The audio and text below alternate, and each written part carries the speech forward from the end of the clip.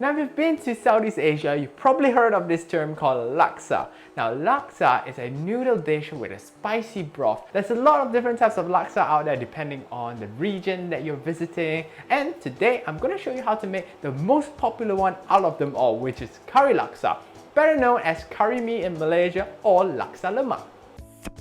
Now, before you start anything, make sure you boil a pot of hot water because you're going to blanch all your ingredients in that pot. Let's do the vegetables first. So I've got some green beans over here. Now what I'm going to do is I'm going to slice them up into 3 parts. Here we are. I'm going to get in all my green beans first. There we go. And we're going to blanch our green beans for about 1 minute and that's it. Right, time to take them out. Then next, let's blanch our bean sprouts. For the bean sprouts, it will be 30 seconds.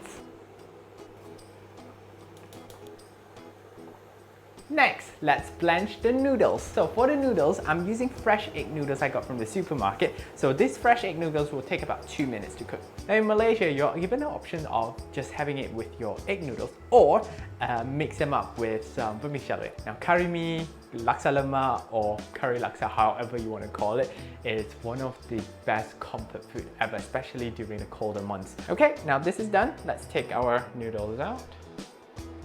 Now to prevent your egg noodles from going too mushy or soggy, I would highly recommend you to run it through cold tap water. So the reason why we have to run it through cold water is to stop the noodles from cooking. The next part is to boil our chicken. So I'm using some chicken breast over here. Chicken is done, so I'm gonna take it out from the boiling hot water. Place it here in a bowl. I'm gonna get 2 forks and shred the chicken. That's our shredded chicken. I'm gonna pop it on the side. So right now, let's make our broth. First of all, let's roast the shrimp paste. There you go. And you don't need any oil for this one. Now we're gonna roast our shrimp paste for about a minute or so. Then we're gonna pour in some water. Now what happens if you can't get hold of shrimp paste or you don't like the taste of it? Don't worry, just add a cube of fish stock into it. If you are very diligent, you can actually get yourself a pure chicken broth, but I'm just using some chicken stock cube over here. Now I'm using half of it only. Let's give this a good stir, making sure the stock is fully dissolved. The next part is my secret ingredient, which is I'm using Mak Tok signature sambal or signature chili paste. So if you can't get hold of this, don't worry. Here's a list of ingredients that you need. Blend them all up, give it a good saute, and then add them into your broth.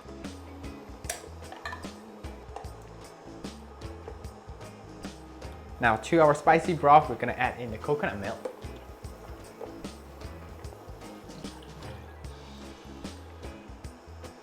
Now to our spicy coconut broth, we're gonna add in some fish sauce. Wow. Now the next part is just to season it to taste. Now to add in the sponges. What I mean by the sponges are these tofu puffs. I love them because they will soak up all the delicious broth, and then once you bite into it, it just bursts out all of it in your mouth. You really need to have some tofu puffs in your curry laksa. Just gonna slice them up into half. Now tofu puffs are usually available in your Oriental supermarket. They are very different than your normal firm tofu that you get from the regular supermarket because they're so spongy and there's so much air pockets in there that it makes soaking up the broth so much better.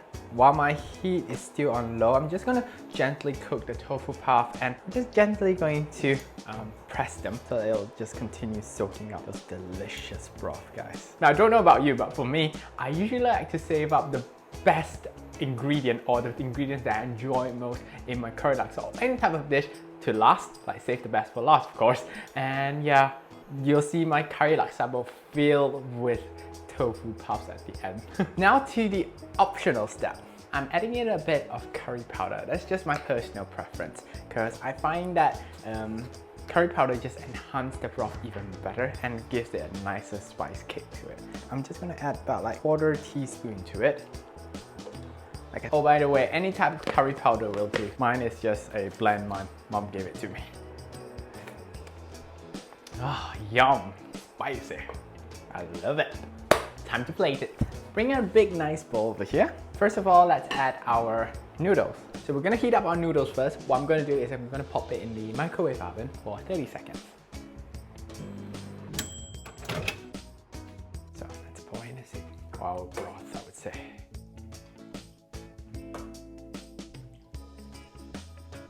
Next, let's add the tofu puffs. Let's add in the chicken. Green beans on the side. Some bean sprouts. So let's add some pre-cooked prawns on the side as well. Guys, I forgot to ask you to boil some eggs, but I don't need to show you how to boil eggs because I'm sure you know how to boil some eggs. Ta-da! Boil eggs. Slice up, boil eggs into half. Wow, perfect boiled eggs. Look at that. That is almost done. We now need to garnish it with some lime on the side. Wedge of lime on the side. Some fresh mint. I'm gonna slice this fresh mint.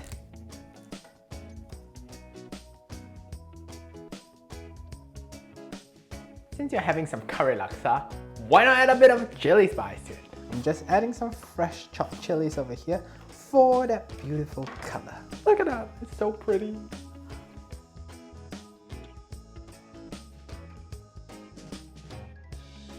To my favorite part, time to tuck in. Let's squeeze the lime all over our laksa.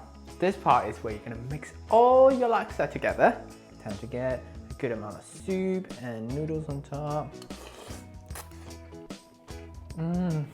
The soup is so savory with a touch of sweetness to it, nice spice, and the broth itself is so rich. Oh, so good guys, oh my god. Oh, I can have this all day, every day. Let's try the tofu puff.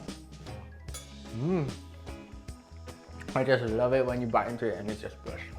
But I hope you'll give this curry laksa, Kari Mee or Laksa Lemak a go. And if you do, let me know how it goes. If you got any questions or suggestions, just pop them in the comments down below. I'll see you next time. Jumpa lagi!